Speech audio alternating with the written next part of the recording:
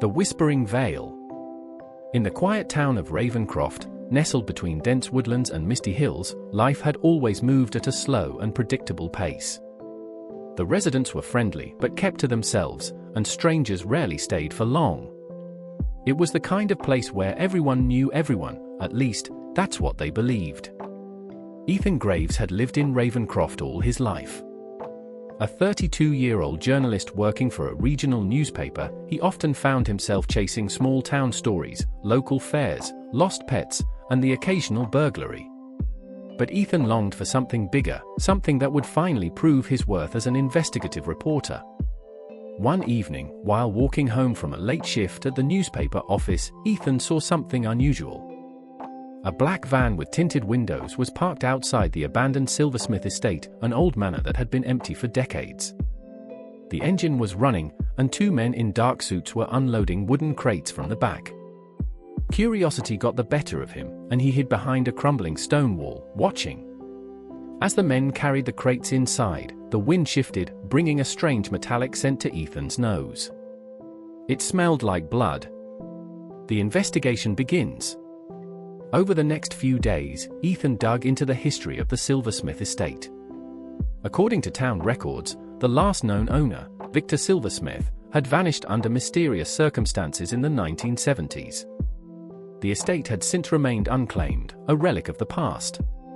But if it was abandoned, who were those men? And what were they doing there so late at night?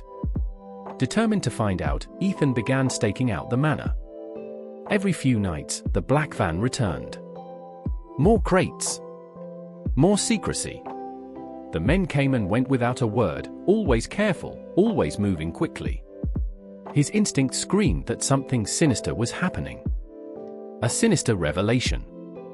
One night, Ethan equipped himself with a camera and a flashlight, determined to uncover the truth.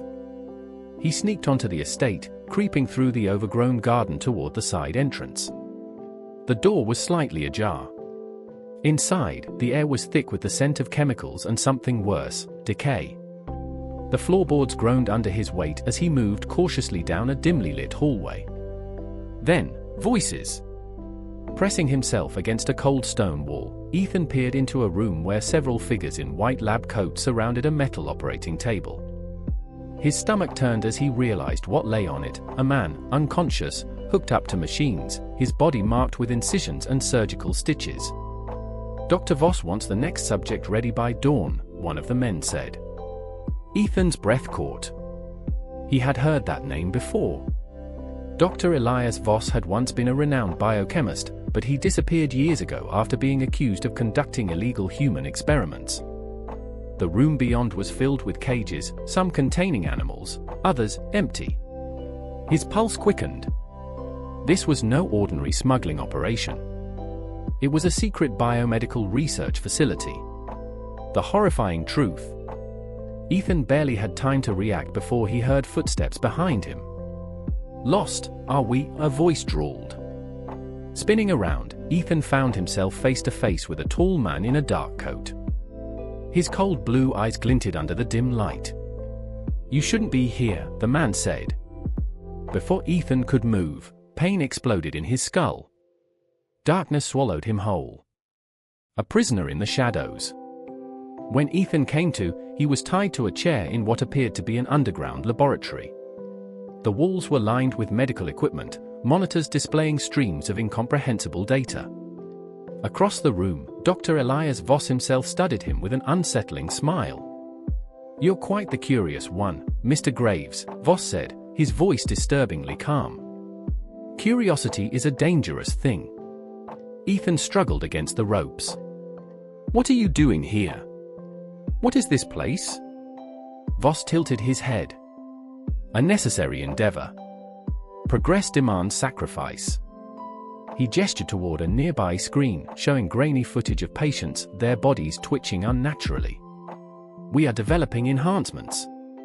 Healing advancements. The ability to recover from injuries at an unprecedented rate. But, of course, the process is unpredictable." Ethan's stomach churned. He had uncovered horrors beyond his worst nightmares. A desperate escape. Voss stepped out of the room, leaving Ethan alone with a single guard. He knew he had only one chance. With all his strength, he rocked the chair back and forth until it finally toppled over, shattering on impact. The guard lunged for him, but Ethan grabbed a scalpel from a nearby tray and slashed at the man's arm. Blood splattered as he bolted out the door. Alarms blared. The facility was in chaos. Ethan sprinted down the winding corridors, dodging figures in white coats and masked enforcers. He burst into a supply room, grabbing a set of keys from a desk. One of them had to be for the exit. His heart pounded as he reached the final door. Locked. Desperate, he tried another key. Click! The door swung open, revealing a dark tunnel leading to the outside. Without hesitation, he ran. The aftermath. Days later, Ethan published the story of a lifetime. He had gathered enough photographic evidence to expose the entire operation. Authorities raided the silversmith estate, but the facility was already abandoned, its files destroyed, its scientists vanished. Yet, Ethan knew the truth. The Whispering Veil, as the secret organization was called, was still out there, operating in the shadows, waiting to return. As he sat in his apartment, rereading his article, his phone buzzed with an unknown number. A text message appeared. "You should have left it alone." Ethan's blood ran cold. The story wasn't over. It had only just begun. The Woven Promise. On a biting winter morning in the bustling city of Aldridge, a young woman named Eleanor stood by a fogged-up window in her tiny apartment, clutching an old, worn scarf in her hands. The scarf was a deep navy blue, adorned with golden threads that wove intricate patterns along its edges. Though frayed at the ends, Eleanor cherished it more than anything in the world. It was the last thing her mother had knitted before she passed away 10 years ago. Eleanor had grown up in a humble home, raised by a mother who struggled but never let her feel the weight of their hardships. They had little, but her mother always found a way to make life feel warm. The scarf was meant to be Eleanor's birthday present, but her mother never got to give it to her in person. Instead, it was wrapped neatly inside a small wooden box by her hospital bedside, a final gift carrying the scent of lavender and the warmth of home. A stranger in need. As Eleanor made her way through the busy streets that morning, the scarf wrapped tightly around her neck, she noticed a frail old man sitting on a bench by the park. He wore a thin, tattered coat, his hands trembling as he rubbed them together for warmth. Snowflakes settled on his shoulders, his breath visible in the freezing air. Something in Eleanor's heart ached at the sight. She hesitated, then, without thinking, she removed the scarf from her neck and approached the man. "Sir, please take this," she said, draping the scarf around him before he could protest. The man blinked, his pale blue eyes glistening as he touched the fabric. "Miss, I couldn't possibly." "Please," Eleanor insisted, her voice soft but firm. "Stay warm." The old man nodded, his lips quivering, not just from the cold, but from something deeper, something unspoken. He clutched the scarf as if it were the most precious thing in the world, and Eleanor, offering a small smile, turned to leave. She had taken only a few steps before the man called after her. "You remind me of someone," he said, his voice barely above a whisper. "Someone I lost a long time ago. A past interwoven." Curious, Eleanor sat beside him, and the man, after a moment of silence, began to speak. "Her name was Margaret," he said, gazing at the scarf. "My daughter." Eleanor's breath caught in her throat. She was a bright child, always humming, always dreaming, the man continued. She wanted to be an artist, but life had other plans. She left home young to work in the city, said she'd send money back. But then, she got sick. Eleanor's hands curled into fists in her lap. "She wrote me letters," he whispered. "Told me she was all right, told me she'd come home soon. But she never did." The snow fell heavier now, the world around them quiet save for the distant honking of cars and the whispers of winter. Eleanor felt a lump in her throat. Her own mother had passed away in a hospital bed, far too soon, leaving behind only the scarf and memories woven into its threads. What was her favorite color, she asked, almost afraid to hear the answer. The man smiled sadly. Navy blue. With golden stars. Eleanor's heart skipped a beat.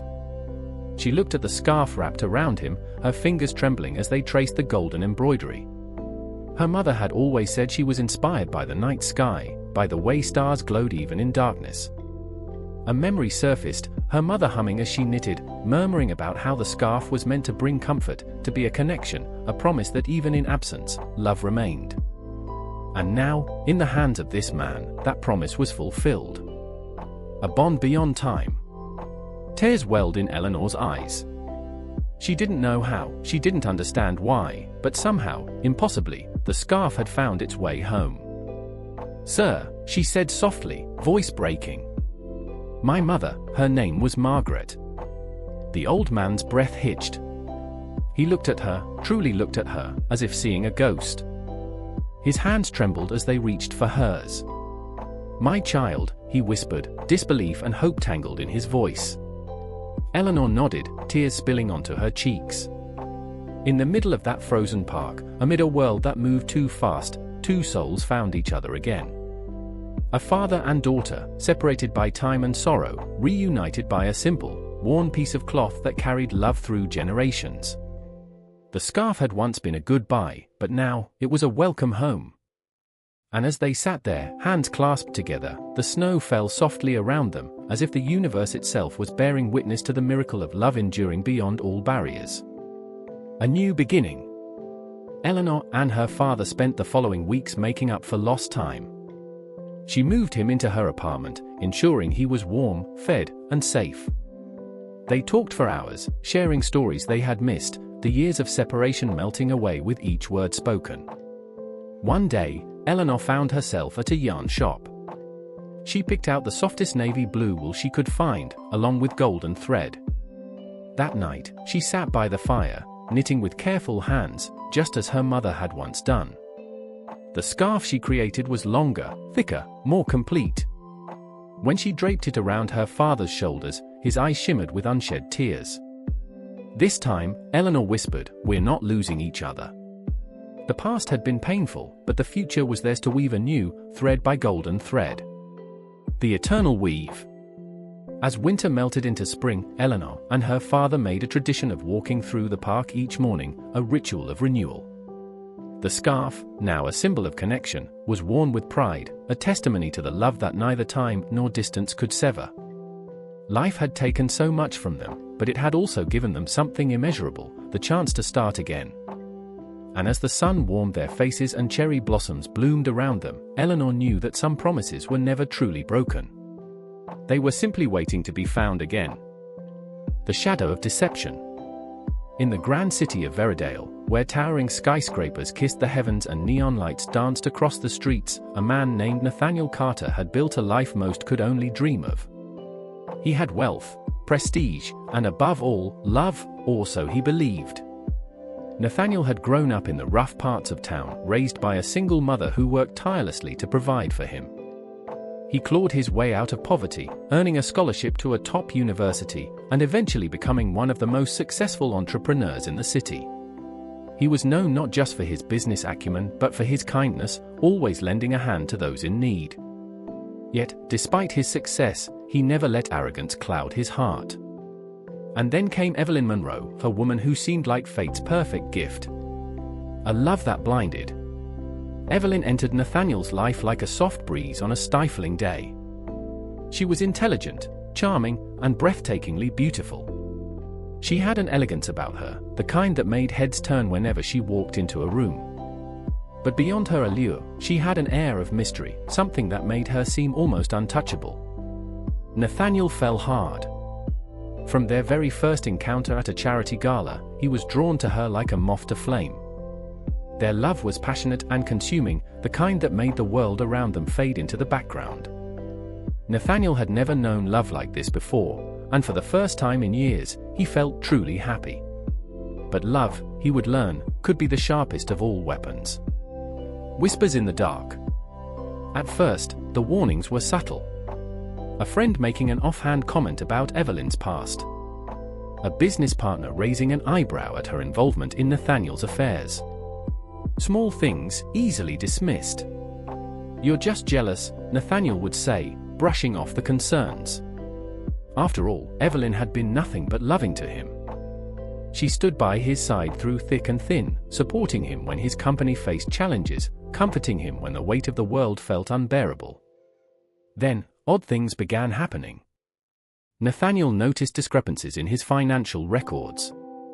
Small amounts missing at first, then larger sums, always just within the threshold of plausible accounting errors. His trusted CFO assured him it was nothing, but a gnawing feeling took root in his gut. The final blow came one evening when he arrived home earlier than expected. Betrayal in the moonlight. He found Evelyn in his study, whispering urgently into her phone. "He doesn't suspect a thing," she said, her voice a sharp contrast to the softness he had always known. "Just a little longer, and we'll have everything." Nathaniel felt the air leave his lungs. He stepped into the room, and Evelyn turned, her face momentarily betraying shock before she masked it with cold indifference. "Who were you talking to?" he asked, his voice eerily calm. Evelyn sighed, placing the phone down as if it were of no consequence. "Nathaniel, don't be dramatic." "Don't be dramatic?" He laughed bitterly, running a hand through his hair. "You were using me, weren't you?" "From the very beginning." Evelyn met his gaze, and for a moment, he saw something flicker in her eyes, regret. Hesitation? Then, just as quickly, it was gone. "I did what I had to do," she said simply. "You made it so easy." The words were daggers, cutting deeper than he thought possible. The depths of deception. In the weeks that followed, Nathaniel uncovered the full extent of her betrayal. Evelyn had not only siphoned millions from his company, but she had been working with his competitors, feeding them classified information. The woman he had loved, the one he had planned to spend his life with, had been orchestrating his downfall from the very beginning. It was a scandal that rocked Veridale's high society. Evelyn vanished overnight, her betrayal splashed across every newspaper and media outlet. But despite the public spectacle, Nathaniel was left with something far worse than financial loss, the ache of a broken heart. The long road to recovery. It would have been easy to let anger consume him, to become bitter and vengeful. But Nathaniel had spent his whole life overcoming obstacles, and this would be no different. Instead of retreating, he rebuilt. He weeded out the corruption within his company, tightening security and forging stronger alliances. He refused to let Evelyn's betrayal define him. Yet, the scars remained. One evening, nearly a year after Evelyn's disappearance, Nathaniel received a letter. No return address, just his name in familiar, looping handwriting. "I never meant to love you, but I did. And that was my greatest mistake. I'm sorry. E." He stared at the words for a long time before folding the letter and placing it in a drawer. Whatever Evelyn had been, whatever they had shared, it was over. And yet, deep down, a part of him knew he would always wonder. Not about what she had done, but about what could have been, if love had not been wielded as a weapon. For love, as he had learned, was the most dangerous game of all. A new dawn. Years passed, and Nathaniel became wiser. His heart, once shattered, had slowly healed. He found love again, not in the dazzling charm of another Evelyn, but in something simpler, something real. And one day, while sitting on his balcony, watching the sunset paint the sky in hues of gold and crimson, he realized something. He had survived. Not just the betrayal, not just the pain, but everything. And in the end, that was what truly mattered. Rewriting destiny. The suffocating smell of burnt rubber and gasoline filled the air, mingling with the metallic tang of blood. Pain seared through every inch of her body, but it was nothing compared to the overwhelming regret that consumed her. Lying on the cold pavement, rain pouring from the heavens as if mourning her demise, Leah Cheng knew that she was dying. She had always thought death would come quietly, slipping into the void without struggle. But no, her mind raced, memories flashing before her eyes, a cruel highlight reel of all the mistakes she had made. The disappointment in her mother's tired eyes. The scornful whispers of relatives and so-called friends. The wasted years spent in resentment rather than gratitude. I don't want to die like this. The thought surged through her like wildfire, burning brighter than the pain, stronger than the darkness threatening to consume her. Her lips trembled, forming words she barely understood. I want to go back. Please, let me go back. Her vision blurred, her consciousness slipping. But in those last moments, as the sirens wailed in the distance, she swore she heard a voice, a whisper in the wind, gentle yet resolute. Then change it. The awakening. Leah's eyes snapped open. Sunlight streamed through an old, cracked window, casting a golden glow on peeling wallpaper. The scent of damp wood and detergent filled the air. This was her childhood home? She sat up abruptly, heart hammering, her hands clutching at the threadbare blanket that covered her small, frail body. Her fingers were soft, uncalloused, untouched by the years of hardship that awaited her in the future. She scrambled to her feet, running to the small mirror nailed to the wall. The reflection staring back at her was not the defeated, hollow-eyed woman she had become. It was the face of her 13-year-old self, angry, bitter, lost. Her breath hitched. She had really gone back. A second chance. The first thing she heard was her mother's voice, calling her for breakfast. The sound made her chest tighten. She had always found her mother's voice grating, had spent years rolling her eyes at the constant nagging, the endless worries over money, school, and life. But now, standing in the narrow hallway of their tiny apartment, she realized how weary that voice was, how much love it carried, despite everything. When she stepped into the kitchen, her mother, Linmai, was already setting the table, her hair tied back in a messy bun, dark circles beneath her eyes.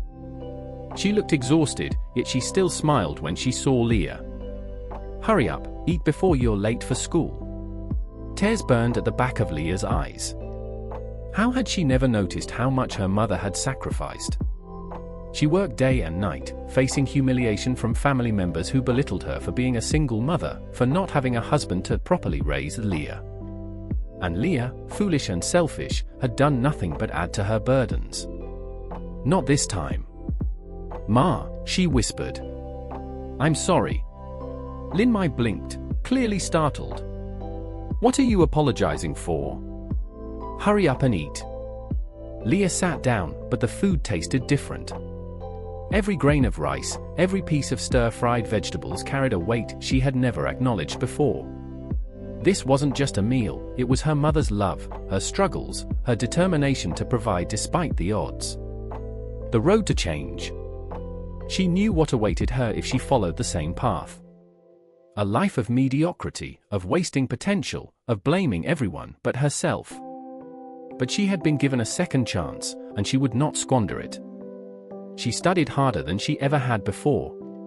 The first time she brought home a perfect score on a test, her mother's eyes shone with pride, even as she tried to brush it off. Good, now keep it up, Linmai had said, but Leah saw the joy in her smile. She learned to stand up for herself and for her mother. When her relatives sneered at Linmai during family gatherings, Leah no longer shrank away in shame. Instead, she met their condescension with unwavering confidence. My mother raised me better than any of you could ever hope to. I will prove it. And she did. With every step forward, she rebuilt her life. No longer a girl who cowered under the weight of others' expectations, she became a force to be reckoned with. Scholarships, competitions, opportunities, she grabbed hold of every chance that came her way, fueled by the memories of the bleak future she had once lived through. Her transformation was not immediate, nor was it easy. There were moments of doubt, moments when her old insecurities whispered in her ear, urging her to give up. But each time, she remembered the pain of dying with regret, the cold realization of wasted years, and she pushed forward. Breaking free. Years passed, and Leah stood at the pinnacle of success. She had built a career that commanded respect, had given her mother the comfortable life she had always deserved. No longer did anyone look down on them. No longer did whispers of pity or mockery follow them. On the night of her greatest achievement, a moment that would have been nothing but a dream in her past life, she stood on a grand stage, delivering a speech that would be broadcasted across the nation.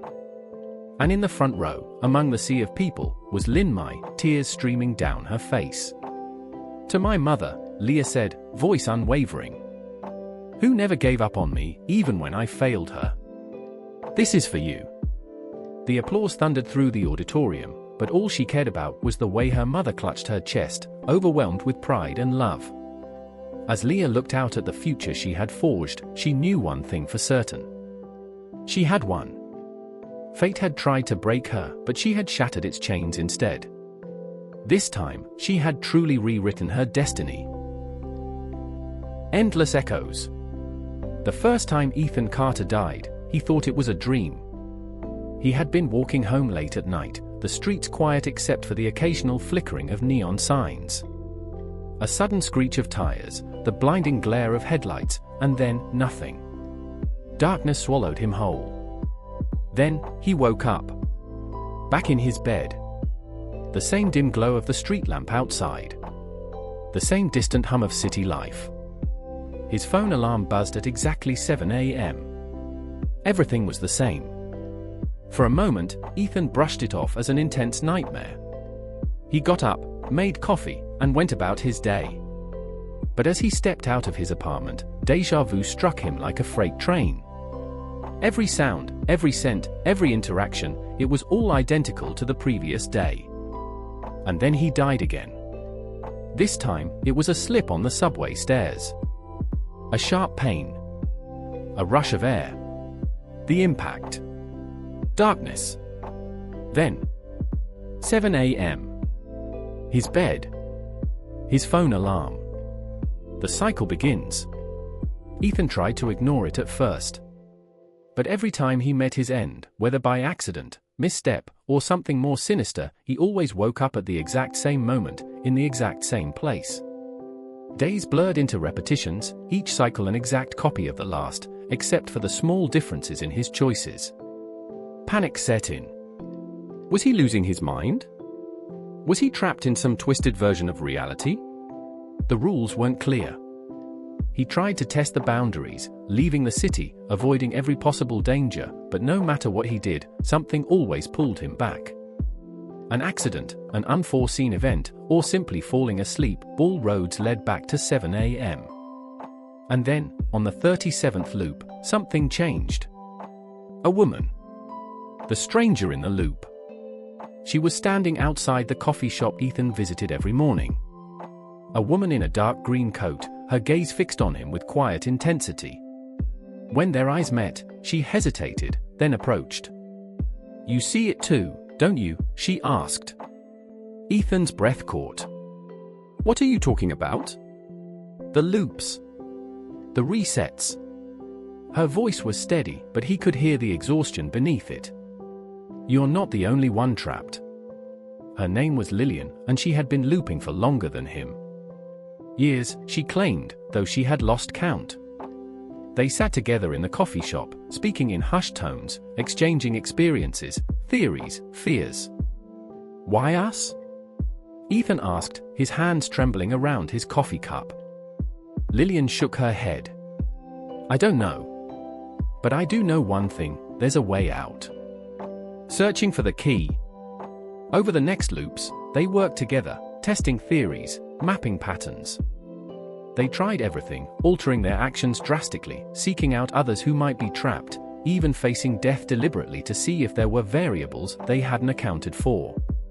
Through trial and error, they discovered a pattern within the chaos. The loop was not random, it was guiding them toward something. Or someone. On the 103rd loop, they found him. The man in the mirror. It was an old man sitting alone on a park bench, tossing breadcrumbs to pigeons. Ethan had passed by him countless times before, never giving him a second thought. But this time, as he and Lillian walked past, the man spoke. "You're almost there." They stopped. Ethan turned, heart pounding. "What do you mean?" The man smiled, but it was a knowing, tired smile. "You're looking for an escape, aren't you? But you've been asking the wrong question." "Then what's the right question?" Lillian pressed. The old man met Ethan's gaze. "Why were you chosen?" Ethan felt something shift in his mind, a realization just beyond his grasp. He had spent so much time trying to break free, but he had never considered why this was happening to him in the first place. That night, he dreamed. The truth revealed.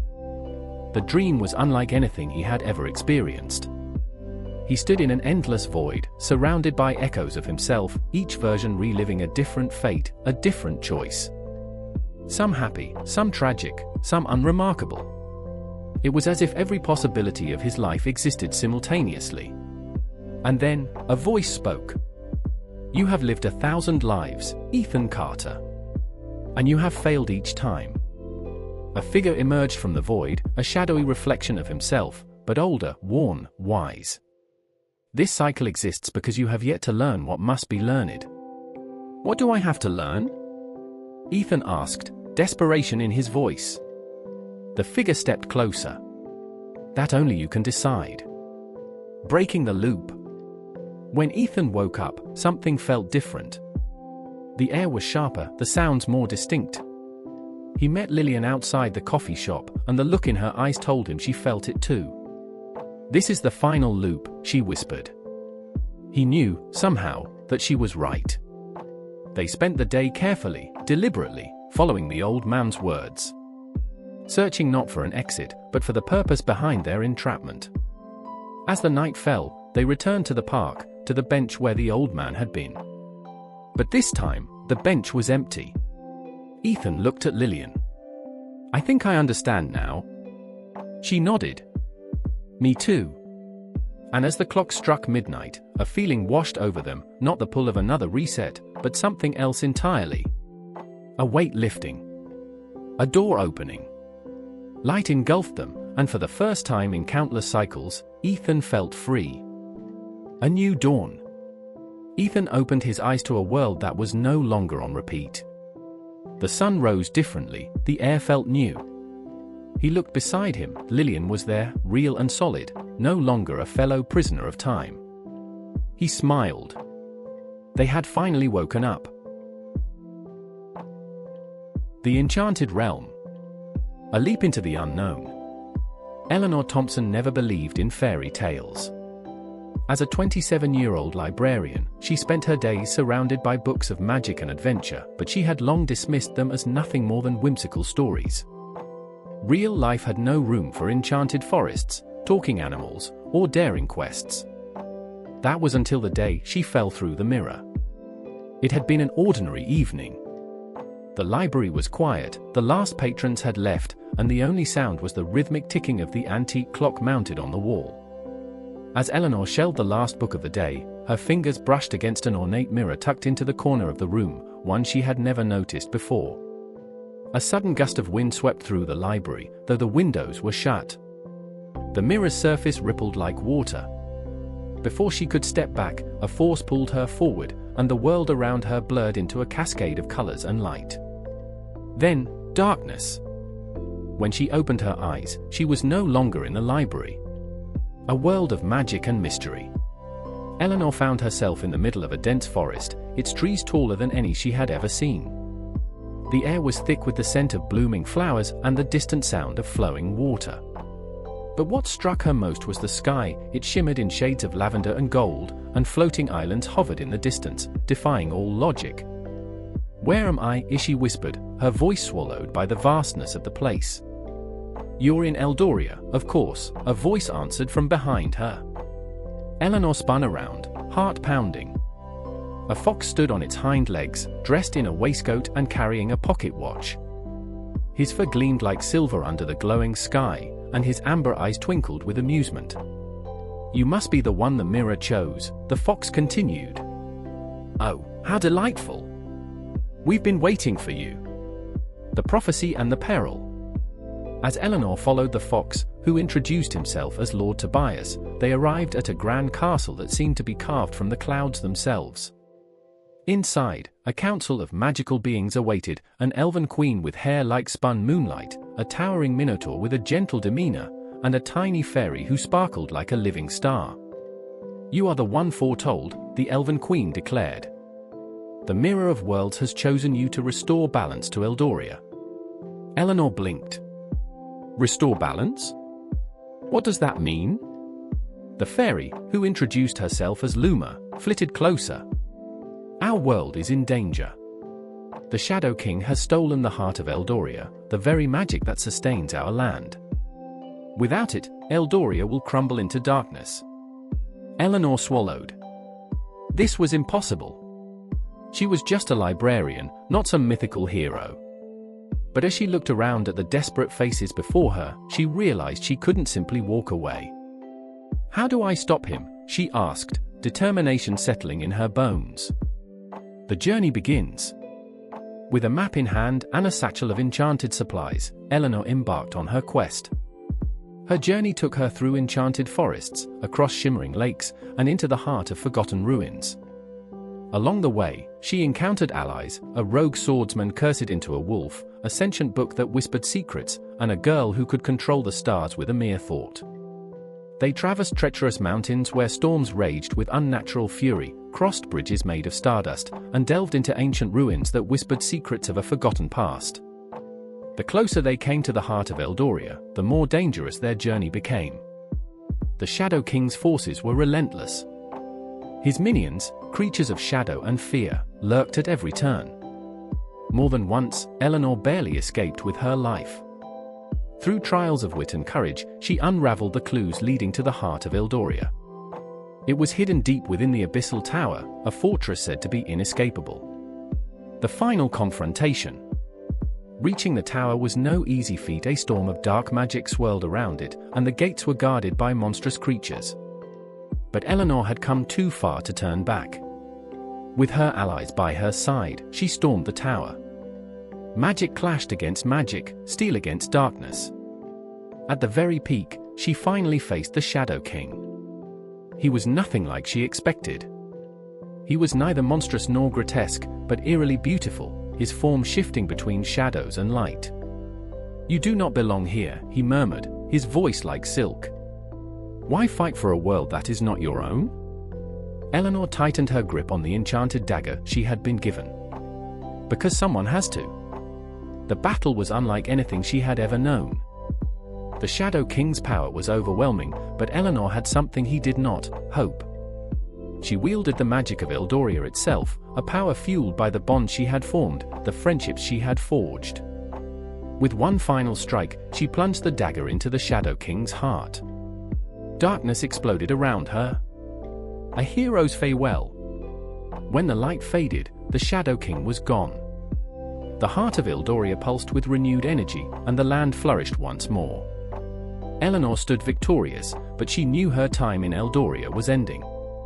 "The mirror will take you home," the Elven Queen said gently. "But know this, Eldoria will always remember you." Eleanor stepped through the portal, the magic wrapping around her like a warm embrace. As she emerged on the other side, she found herself back in the library, the ornate mirror now still and lifeless. For a long moment, she simply stood there, wondering if it had all been a dream. But when she reached into her pocket, she found something, a silver fox's feather, shimmering with magic. Eleanor smiled. Perhaps fairy tales were real after all.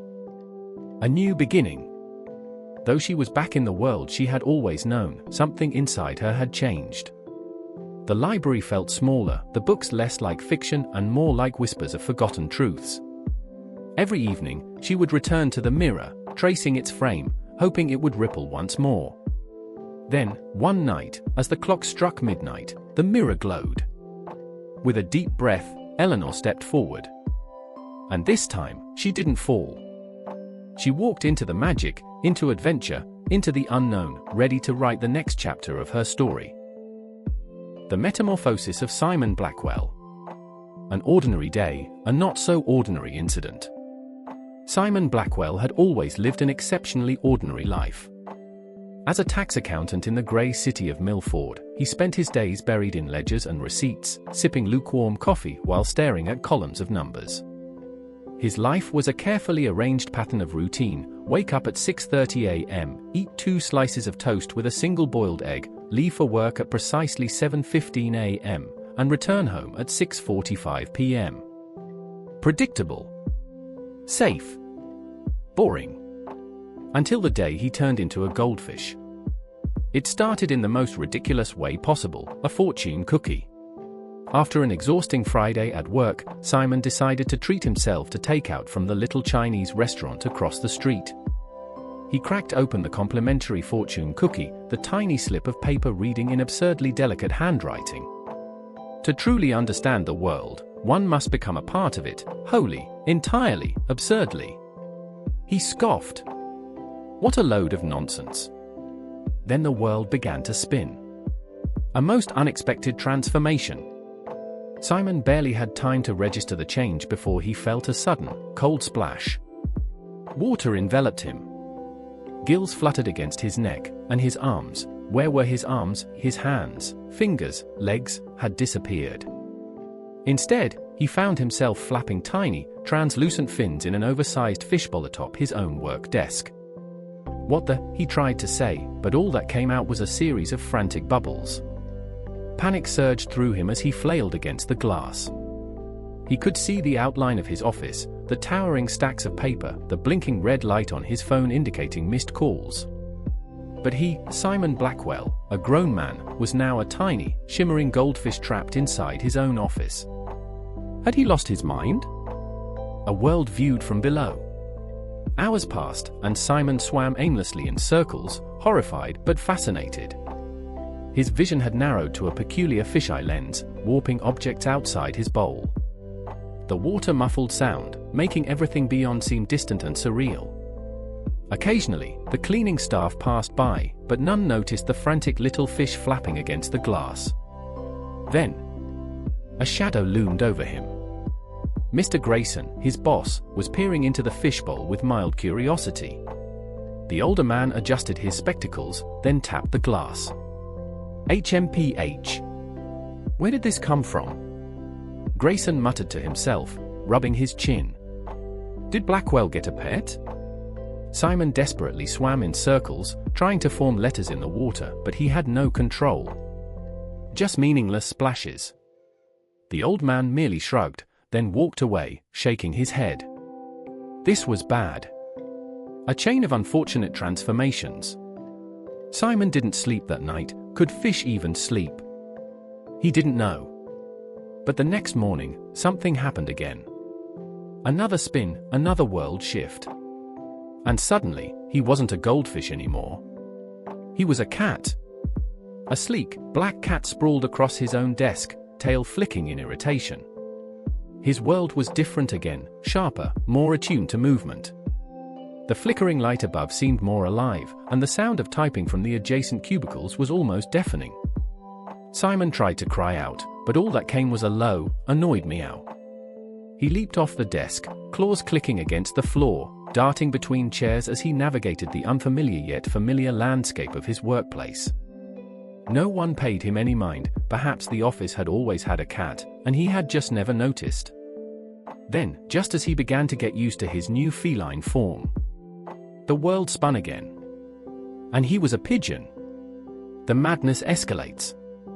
Simon barely had time to process the absurdity of his transformation before he was flapping clumsily against a window, trying to figure out how wings worked. His mind, still fully human, could barely comprehend the instincts that came with his new form. One moment, he was inside the office, the next, he had soared through an open window, suddenly thrust into the chaotic skyline of Milford. The city was a swirling mess of colors, cars, and pedestrians. The sky stretched infinitely, and Simon realized, for the first time, how small he had been his entire life. He had never looked at the city like this before. From above, he could see patterns in the streets, movements of people like rivers flowing through stone. For a moment, he forgot the horror of his predicament. He was flying. He was free. Then, inevitably, the world shifted again. The realization. For days, or maybe weeks, Simon cycled through transformations. A dog. A squirrel. A butterfly. Each shift was a disorienting plunge into an unfamiliar world, each body bringing new instincts, new fears, new joys. As a dog, he understood companionship in a way he never had before. As a butterfly, he experienced a fleeting, delicate existence, where every second mattered. As a rat, he knew hunger and survival, navigating a city that loomed like a giant's kingdom. And then, after what felt like an eternity, he woke up. In his bed. Whole. Human. Simon Blackwell. A changed man. For a long time, he simply sat there, staring at his hands, wiggling his fingers as if to make sure they were truly his own. Had it been a dream? A feverish hallucination? But as he stepped outside that morning, he noticed things he never had before. The laughter of children in the park. The way the wind felt against his skin. The old woman feeding pigeons by the corner, the cat perched lazily on a window ledge. He had spent his whole life seeing the world in numbers, transactions, routine. But now, he saw it for what it was: wild, chaotic, beautiful. And in the distance, just for a second, he thought he saw a fox in a waistcoat, holding a pocket watch, watching him with knowing amusement before disappearing into the crowd. Simon smiled. His life would never be ordinary again. The Cursed Relic of Ashenfall. An unearthed mystery. The sun hung low over the city of Ashenfall, casting long shadows over its cobbled streets. Professor Julian Harrow, an esteemed archaeologist and historian, stood at the threshold of a discovery that would alter his life forever. His latest excavation had uncovered something buried deep beneath the ruins of an ancient temple, a relic unlike any other. It was a sphere of obsidian black, covered in intricate etchings that seemed to shift when one looked at them too long. It pulsed faintly, like a heartbeat frozen in time. There were whispers among the local villagers that the relic was cursed, that no man should possess it. But Julian was a man of science, and he dismissed such superstitions. He took the relic back to his study at the university, eager to unravel its secrets. That night, as rain pounded against the glass of his office window, he ran his fingers over the strange carvings, tracing their delicate lines. The moment his skin made full contact, an unnatural chill shot through him, and the world around him flickered. And then he was no longer alone. The awakening of the forgotten. The air in his study thickened as the shadows lengthened unnaturally. A whisper curled around his ears, a language older than time itself. You have called upon something that should have remained forgotten. Julian's breath hitched. He turned sharply, but there was no one there. The relic in his hands grew warm, almost burning. The etchings shifted again, and before he could react, a vision flooded his mind.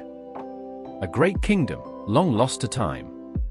Towers of gleaming stone rising into the heavens. A colossal gateway sealed shut by chains of molten gold. And standing before it, a figure cloaked in darkness, wielding the very relic Julian now held. Then, chaos. Fire consuming the land. Screams swallowed by the wind.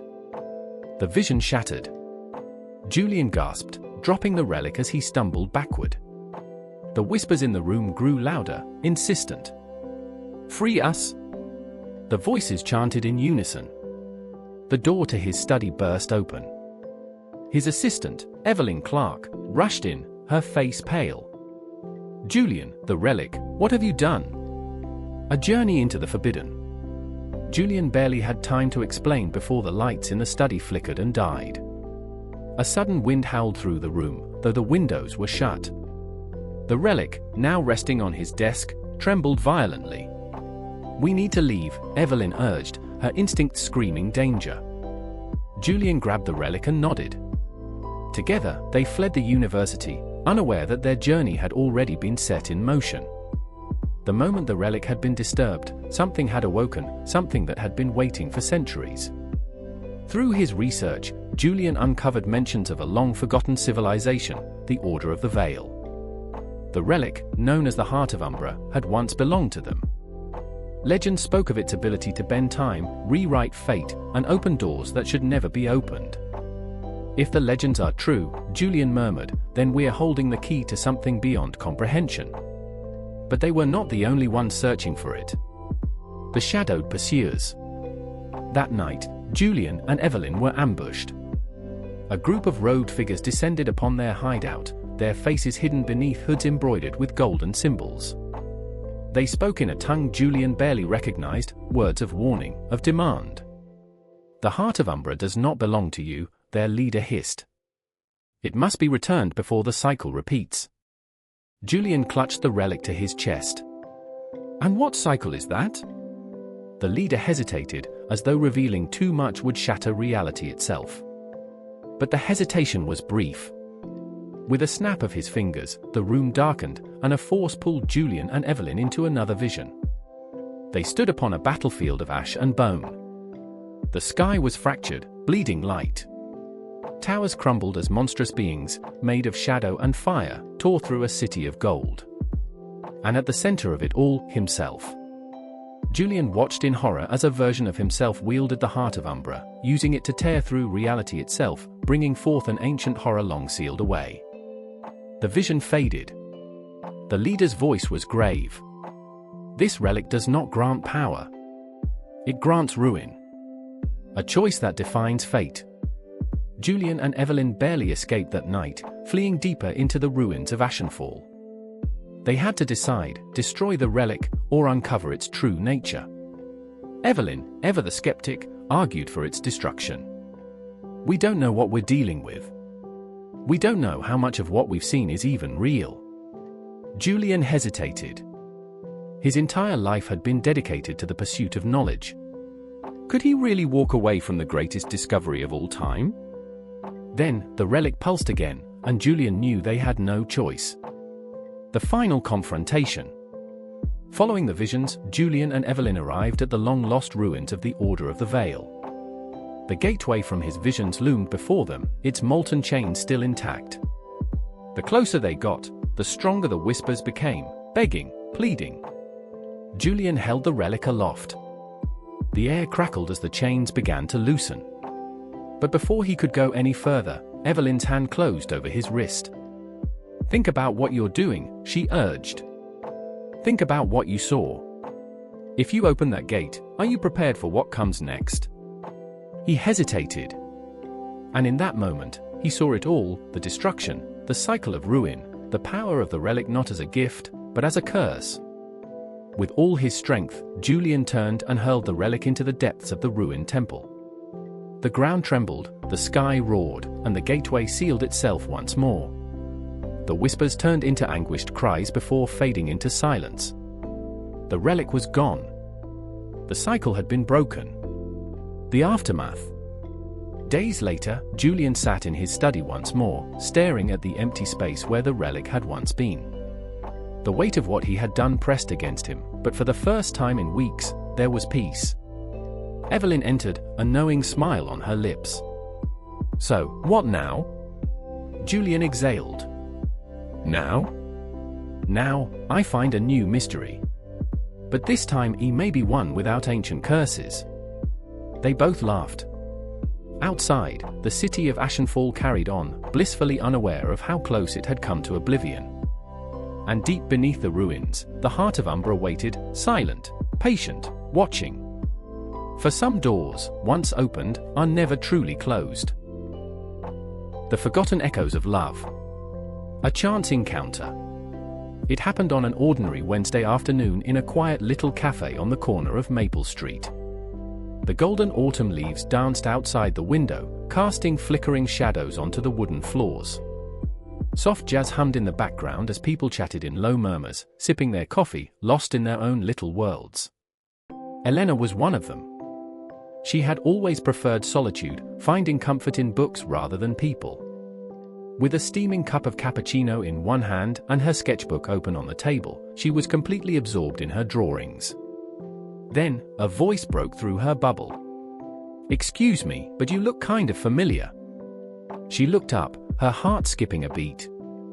A man stood before her, tall, with disheveled dark hair and warm hazel eyes that held a flicker of hesitation. His presence was strangely comforting, as though she had known him for years. But that was impossible, she was sure she had never met him before. "I'm sorry," she said, offering an apologetic smile. "I don't think we've met." The man chuckled softly, running a hand through his hair. "That's strange. I had this feeling like we've met before." Something about the way he said it made her pause. His voice had a familiarity she couldn't quite place, like a song she had forgotten the melody to. But the thought slipped away as quickly as it had come, and she shook her head. Maybe you're mistaking me for someone else?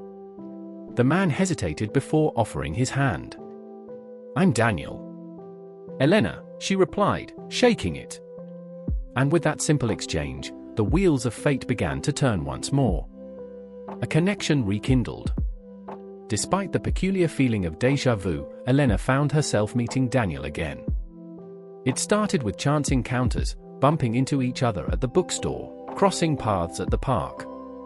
Slowly, those coincidences turned into intentional meetings, coffee dates, long evening walks, conversations that stretched into the late hours of the night. He felt so familiar, yet so new. She learned that he was a photographer, a man who captured fleeting moments and turned them into memories. He spoke about places he had traveled, stories he had collected, and the way light could change the way we see the world.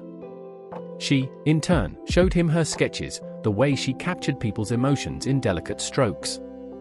Their worlds, though different, intertwined effortlessly. And yet, something nagged at her, like an itch in the back of her mind that she couldn't scratch. A feeling that she had forgotten something important, something that was just out of reach. One evening, as they strolled through the empty streets, Daniel spoke up, his voice hesitant. Elena, do you believe in destiny? She laughed lightly. That's a big question. He gave her a half smile, kicking a stray pebble on the sidewalk. Sometimes, I wonder if people are meant to meet again, even after they've forgotten each other. She frowned slightly. You say that as if we have met before. Daniel hesitated. Then, he reached into his jacket and pulled out a small, tattered notebook. He handed it to her, his expression unreadable. With trembling hands, she flipped it open. Her breath caught. Fragments of the past. The pages were filled with sketches, her sketches. The same delicate lines, the same shading, the same small signature in the corner. But they weren't hers. Someone else had drawn them. And the subject of each sketch was her. She looked up at him, confusion and shock written all over her face. How do you have this? Daniel took a deep breath. Because I drew them, Elena. Her hands trembled as realization dawned. 3 years ago, she had been in an accident. A car crash that had left her hospitalized for months. When she woke up, parts of her memory were missing, pieces of her past, blurred faces, conversations lost in the haze of time. And Daniel had been one of those missing pieces. We were together, he said softly, watching her carefully. Before the accident. You and we had a life together. Tears welled in her eyes. The missing pieces began clicking into place, flashes of laughter, stolen kisses, whispered promises under the stars. She had forgotten him, but her heart had not. A love rewritten. Elena reached for his hand, lacing her fingers through his. Tell me everything, she whispered. Every memory, every moment I lost. Help me remember. Daniel smiled, relief washing over his face as he squeezed her hand. I will. And so, they began again. Not as strangers, not as lost lovers, but as two souls who had found their way back to each other. The past may have been lost, but the future was theirs to create. And this time, Elena knew she would never forget him again. A promise beneath the stars. As weeks turned into months, Daniel did as he had promised. He retold their memories, recreating moments they had once shared. Their first meeting at a photography exhibit. The way they used to spend Sunday afternoons in a small cafe, him sketching her while she read poetry aloud. The secret hideaway near the lake where they had once planned their future together. The more she listened, the more the memories returned, slowly, like a sunrise breaking through a long night. One evening, as they lay on the grass beneath a sky full of stars, Elena turned to him. I remember the night you first told me you loved me, she said, her voice soft. Daniel smiled. And do you remember what you said back? She nodded, eyes glistening.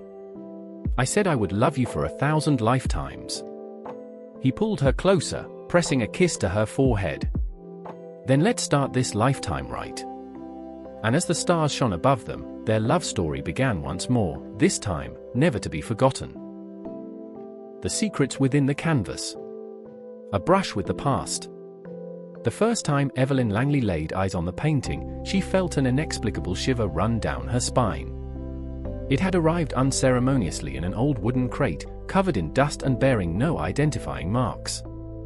As a professional art restorer, she had seen countless paintings, masterpieces, forgotten works, counterfeits. But this one was different. The canvas depicted an eerie scene, a dimly lit study with a grand fireplace, shelves lined with ancient books, and a single ornate chair positioned in the center. There was something deeply unsettling about it, though Evelyn couldn't immediately pinpoint why. The artist's signature in the bottom right corner was smudged beyond recognition, adding to the mystery.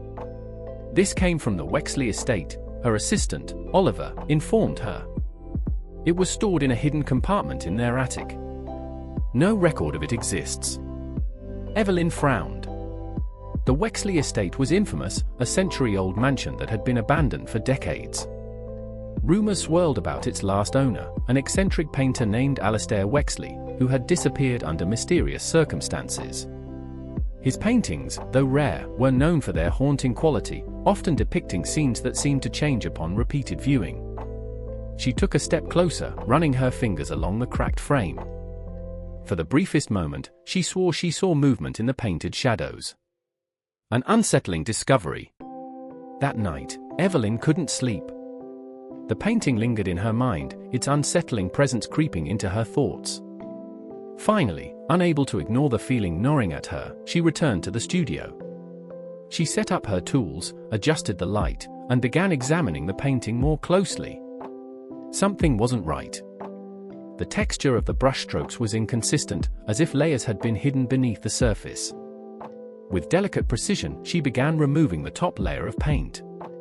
What she uncovered made her blood run cold. Beneath the depiction of the study was another painting, one of a woman seated in the same ornate chair. Her face was obscured, painted over hastily, but something about her silhouette felt familiar. Evelyn's hands trembled as she carefully removed more of the paint. When the woman's face was finally revealed, Evelyn stumbled back in horror. It was her own face staring back at her. Echoes of the past. The room spun. This wasn't possible. The painting had been hidden away for decades. How could her face be in it? Her breaths came in short gasps as she turned to Oliver, who had arrived just in time to see the revelation. His face was pale. Evelyn, this isn't some coincidence. This painting, it's telling you something. She swallowed hard, trying to suppress the rising panic.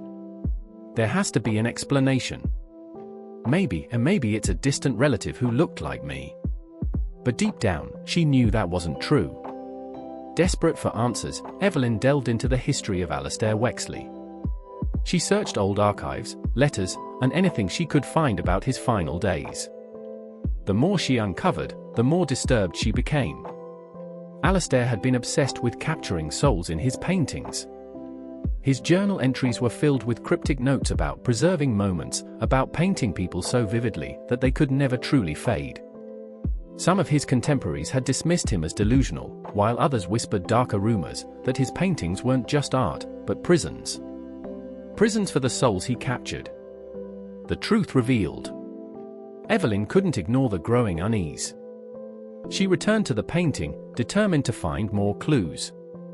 As she examined the edges of the canvas, she noticed something odd. The frame was slightly loose. With careful hands, she pried it open. A small, yellowed piece of parchment fell out. The ink was faded, but the words were unmistakable. She must never remember. Her hand shook as fragmented memories surged through her mind, memories she didn't recognize, yet felt deeply familiar. A grand estate, the scent of old books, the feeling of being watched. And a voice, Alastair's voice, whispering as he painted. "Don't be afraid, Evelyn. You will be beautiful forever." Her stomach lurched. She had been there before. Unraveling reality. The realization hit her like a freight train. She wasn't just another art restorer who happened upon this painting. she had lived in the Wexley estate. She had known Alistair. She had been part of his final work. But how? How could she have forgotten an entire life? Desperation clawed at her as she dug deeper, scouring every hidden layer of paint, every cryptic note left behind. And then she found it, another painting hidden beneath even more layers. This one showed the same study, but it was different. The chair was empty. The bookshelves were covered in dust. And on the far wall, there was a single mirror.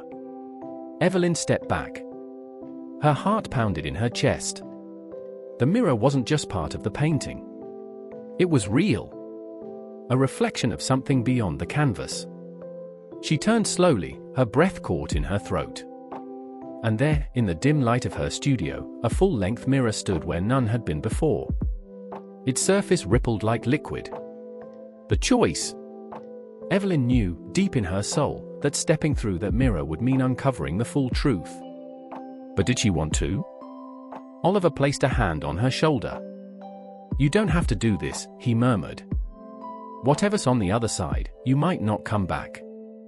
She met his eyes. "I have to know." With one last breath, she stepped through. The final revelation. The moment she crossed the threshold, memories flooded back in a tidal wave of clarity. She was never supposed to leave the painting. She had been part of Alistair Wexley's masterpiece, a woman painted so vividly that she had crossed the boundary between art and life. He had made her real, but at a cost, her memories. When the Wexley estate fell into decay, the magic binding her to the painting had weakened, allowing her to slip away, to forge a new life unknowingly. But the painting had found her again. And now, it wanted her back. As the mirror's surface began to solidify, trapping her once more, Evelyn turned, fighting against the pull. She reached for Oliver, her voice breaking. "Don't let it take me." With sheer force of will, she tore herself from the magic's grasp, shattering the mirror behind her. The painting on the easel disintegrated into dust. She was free. Or so she thought. Epilogue. Months later, Evelyn stared at her own reflection in the studio mirror, the remnants of forgotten brushstrokes faintly visible on her skin. No matter how many times she tried to convince herself otherwise, she knew the truth. She would never truly escape the painting. And one day, it would come calling again.